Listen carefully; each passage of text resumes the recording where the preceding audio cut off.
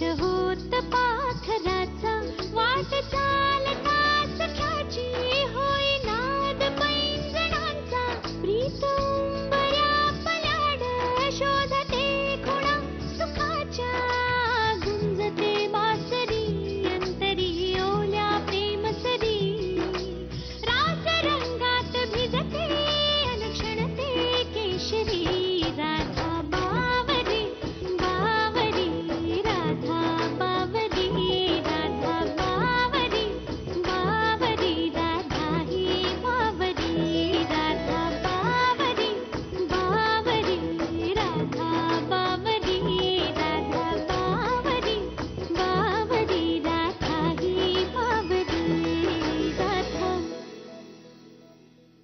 तुम्हाला एक महत्वाची गोष्ट सांगायची आहे. बोला ना. तुम्हाला माहितीच आहे की तिच्या आईने मिस्टर मनोहरांसाठी आपलं आयुष्य पणाला लावलं आणि राधाला एकटीनेच वाढवायचं ठरवलं. पण बिचारी राधा लहान असतानाच तिला सोडून गेली. मी तिला खूप प्रेम आणि आधार द्यायचा प्रयत्न केला, पण मी सुद्धा एकटीच होते घरामध्ये. माझ्या कामामध्ये खूप बिझी असायची, वेळेचा काही ठिकाणा नसायचा. त्यामुळे तिचा एकटेपणा मी काही पूर्णपणे दूर करू शकले नाही. तुम्हाला सांगते सीमाताई, राधा डॉक्टर झाल्यानंतर अगदी कधी कधी ऑपरेशनच्या वेळेला सुद्धा लहानपणच्या भूतकाळातल्या आठवणी येऊन ती खूप अस्वस्थ व्हायची. त्यावेळेला मी तिला सांभाळायचा प्रयत्न करायची, मानसही बरेचदा तिला आधार द्यायचा. पण एक मात्र खरं, सौरभ तिच्या आयुष्यात आला आणि ती पूर्णपणे बदलली.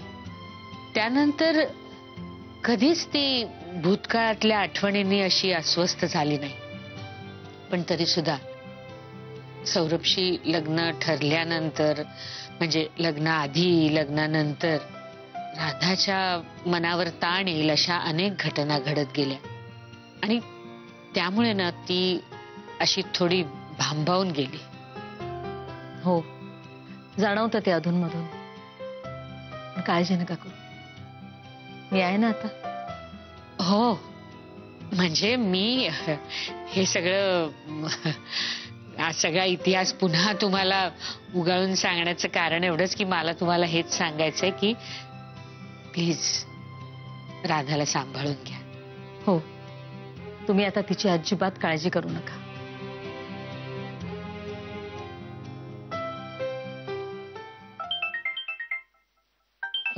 एक्सक्यूज मी, माझा जरा फोन. आजपर्यंत मी तेच तर करत आले, सगळ्यांना सांभाळून घेणं. पण मलाही सांभाळून घेण्याची गरज आहे ही कोणाच्याच लक्षात येत नाही. आता राधाचे जुने प्रॉब्लेम्स पुन्हा उपटले नाहीत म्हणजे झालं. नाही दिवा, आता यापुढे या घरात कोणतंही विघ्न नको.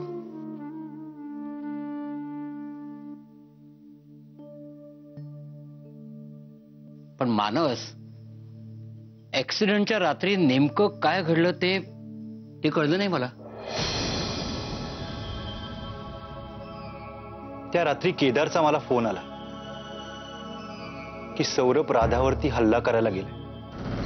हॅलो डॉक्टर मानस, मी केदार बोलतोय, डॉक्टर केदार धर्माधिकारी. त्याचं म्हणणं होतं की सौरभ खूप भडकलाय, सगळ्यांना अदवा तदवा बोलतोय आणि राधावरी तो खूप रागवलाय आणि रागारागाने राधाकडे निघून गेलाय. मी तिथे गेलो, सौरभ मला पाहून एकदम भडकला आणि काहीही बोलायला लागला राधाविषयी आणि माझ्याविषयी. आणि मग आमचं काहीही न ऐकता तो तिथून निघून गेला. या सगळ्यामुळे राधा खूप खचून गेली. तिला मी सावरत असतानाच सीमावहिनी तेथे आल्या आणि त्यांचा गैरसमज झाला. आणि त्यातच तो प्याला होता असा कळला. नाही, त्याने ड्रिंक केलं नव्हतं, कारण ऍक्सिडेंटच्या वेळी त्याच्या ज्या काही टेस्ट झाल्या त्यात अल्कोहोल नव्हतं. त्याला कोणीतरी गुंगीचं औषध दिलं होतं. काय? गुंगीचं औषध? पण कोण देणार? केदार.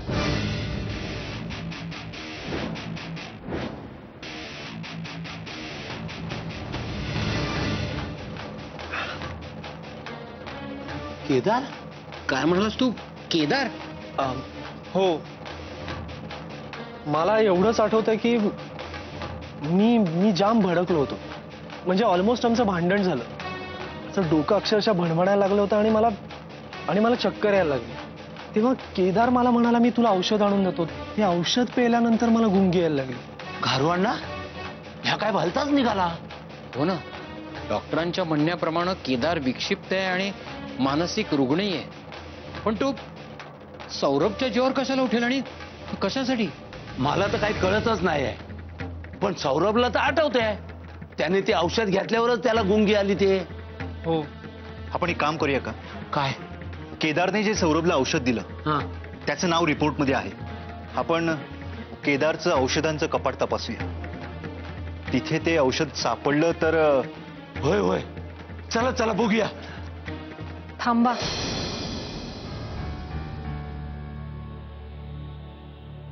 मानस, मला असं वाटतं की केदार इथे नसताना असं करणं योग्य नाहीये.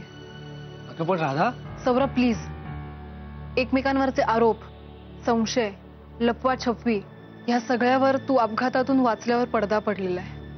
आता पुन्हा ते चक्र नको आपल्या घरात. आणि अविश्वासाची सुरुवात आपल्यापासून नको. आणि केवळ तुला बरं वाटावं म्हणून केदार अष्टविनायकला गेलेला असताना तर नकोच नको. आपण थांबूया मानस. मला वाटतं राधाचं म्हणणं शहाणपणाच आहे. खरंच गुणी आहेस तू राधा. इश्य, काहीतरीच काय घरवण्णा. अहो ऐका ना, जरा 1 मिनिट इकडे येता. अहो इकडे येता का? अरे सौरभ, बघ बघ काय बोलते ते. हे परत बोल, परत बोल. अहो जरा इकडे येता का? चौऱ्या, मला तर वाटतंय तुला मोठमोठ्या मिश्या आल्या आहेत. तुझ्या डोक्यावर एक पागोटा आहे. तुझा असा तब्येतीने झालायस. काय अहो जरा इकडे येता का? मस्त मस्त. चौऱ्या, तुझ्याबद्दल मला काय म्हणायचं नाही, पण आता राधा पण. स्पेशल फरमाईश आहे ती स्वारींची. सॉरी बोलते. 2 मिनिटं.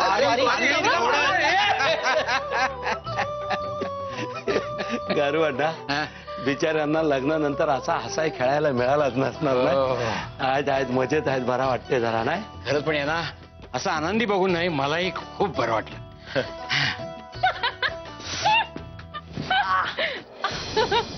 अच्छा, मलाच का? माझ्या स्पिक्स माझ्यावर. आता तर असंच, विशेष करून सगळ्यांसमोर. अहो ऐकलत का? अहो मी काय म्हणते, अहो चला ना, चला ना. अहो अहो अहो.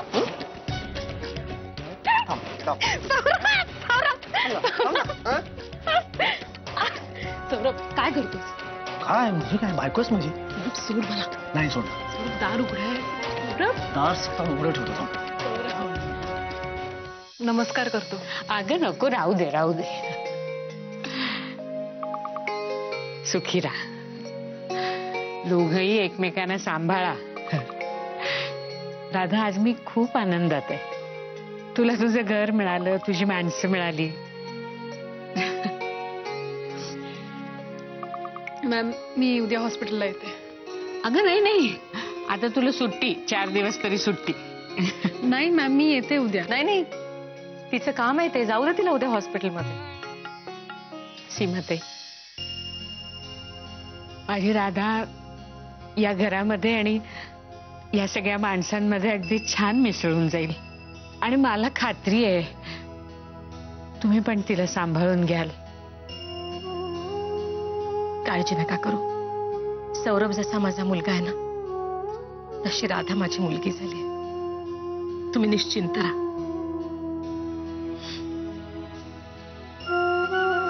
थँक्यू. येते.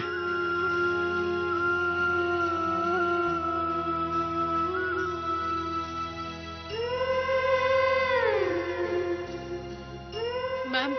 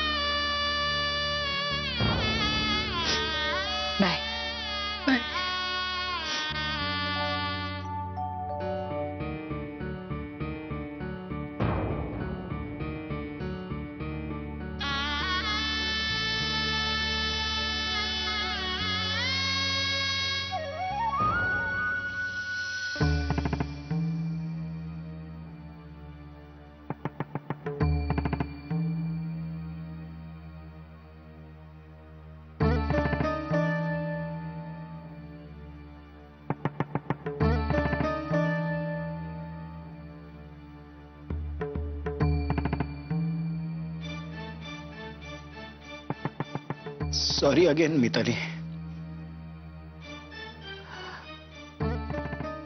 मी बाबांना गाडीत बसवलंय. औषधं आणि फळं बास्केटमध्ये आहेत. काळजी घे त्यांची. गुंगेखेरीज मी त्यांना दुसरी काही इजा केलेली नाहीये. 2 दिवसात रिकव्हर होतील ते.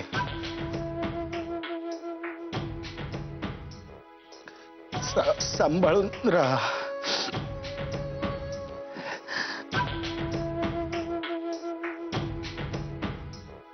आणि प्लीज मला माफ कर.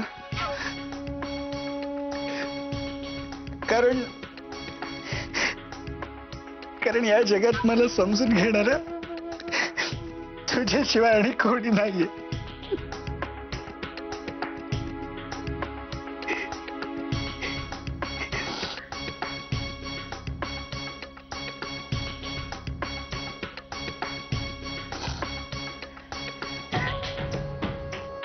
जे झालं ते झालं केदार.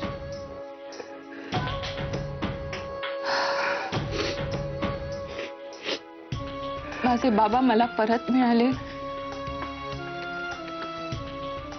ह्या आनंदासमोर मी सगळं काही विसरायला तयार आहे.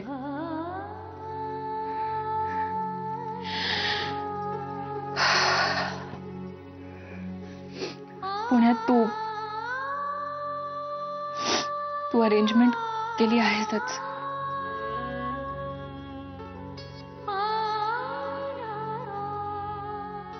आमच्याकडून तुला कधीच कुठलाच त्रास होणार नाही.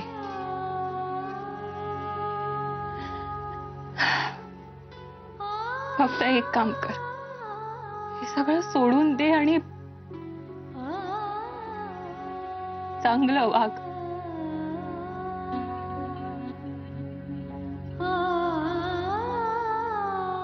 करशील तेवढं.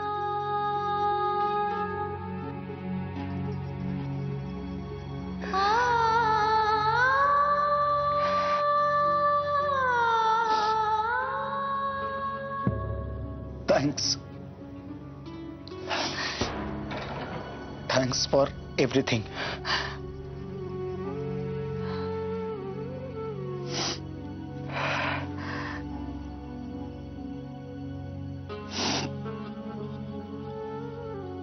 मी निघते.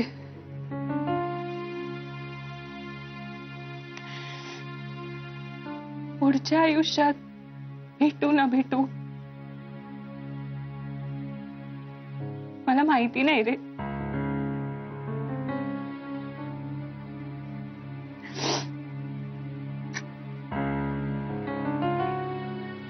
Wish you all the best.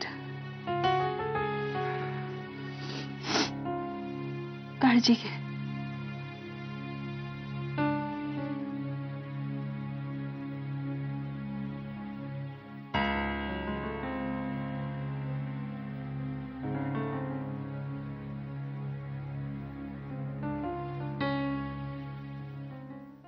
जो तेरा चकराए या दिल डूबा जाए. वाह.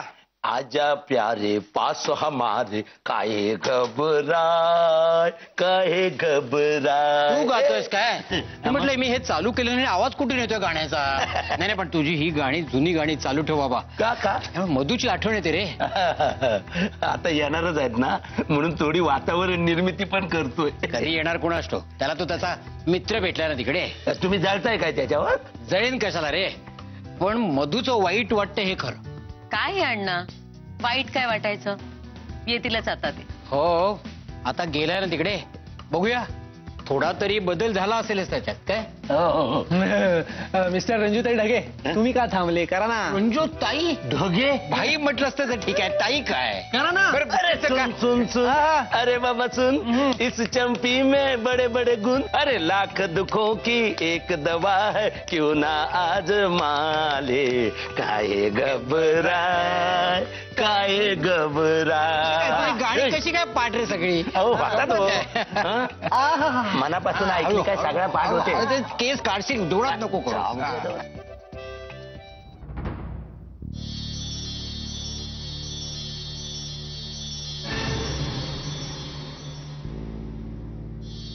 अरे केदार, केदार आलास?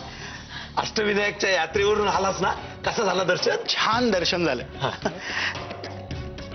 सौरभ, सौरभ तुला बघून मला किती आनंद झालाय माहितीये. सीमाविनी अष्टविनायक पावला मला. I am so happy Saurabh. चल आता प्रवासाने दमला असशील ना, आंघोळ करून घे. हा, नंतर आरामात गप्पा मारत बसा. काय? हो सीमाविनी, पण मला आधी गरम गरम चहा हवाय.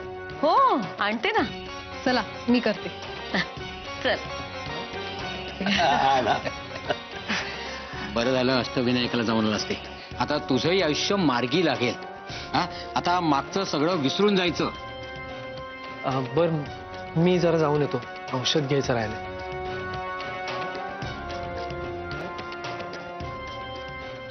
अरे केदार, मला एका गोष्टीचा उलगडा झाला नाही. अरे काय? ते आम्ही सौरभला जेव्हा हॉस्पिटल मधून आणला ना, तेव्हा मानस पण आला होता, ऐकलास? आणि तो म्हणाला की सौरभने काही ड्रिंक बिंक केला नव्हता, तर त्याच्या रिपोर्ट मध्ये काहीतरी गुंगीचं औषध सापडला. तसा आम्ही सौरभला विचारला, तो म्हणाला की हो खरंय. काय झालं यश, सीमावहिनीमुळे सौरभ आणि राधाची ताटातूट झाली हे तुम्हाला सर्वांना माहितीच आहे. त्यामुळे खवळला होता तो. हो, सैर बहिरच झाला होता तो. हो ना. त्यात सीमावहिनीच्या वडिलांनी त्याला लेक्चर दिलं, त्यामुळे खूप भडकला तो. मोठ्या मोठ्याने बडबड करायला लागला. डोकं भणभणलं होतं रे त्याचं. त्या रागारागामध्ये त्याला चक्कर यायला लागली. मला त्यावेळेला असं वाटलं की थोड्या वेळ झोपला तर त्याला बरं वाटेल, म्हणून मीच त्याला गुंगीचं औषध दिलं होतं रे. मी त्याला झोपवला. मी स्वतः थोपटत बसलो होतो त्याला, आणि मग तो झोपल्यावर मी नेहमीसारखा वरांड्यात येऊन बसलो.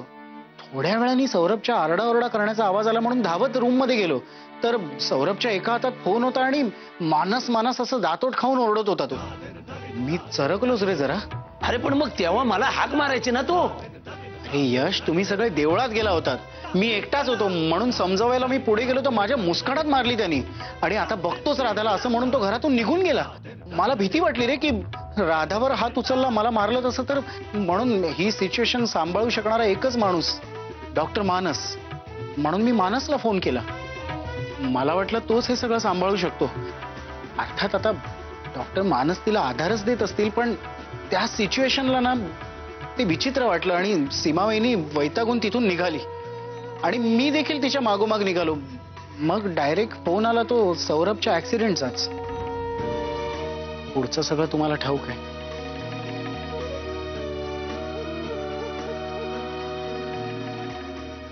असं झालं होय?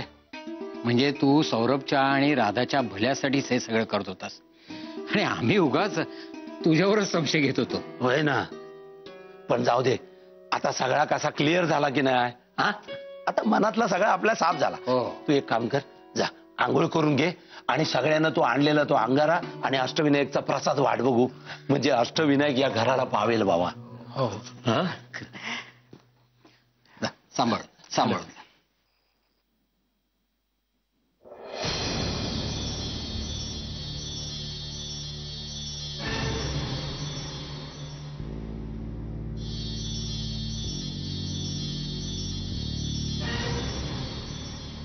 सौरभ, मला तुझ्याशी जरा बोलायचंय. हो,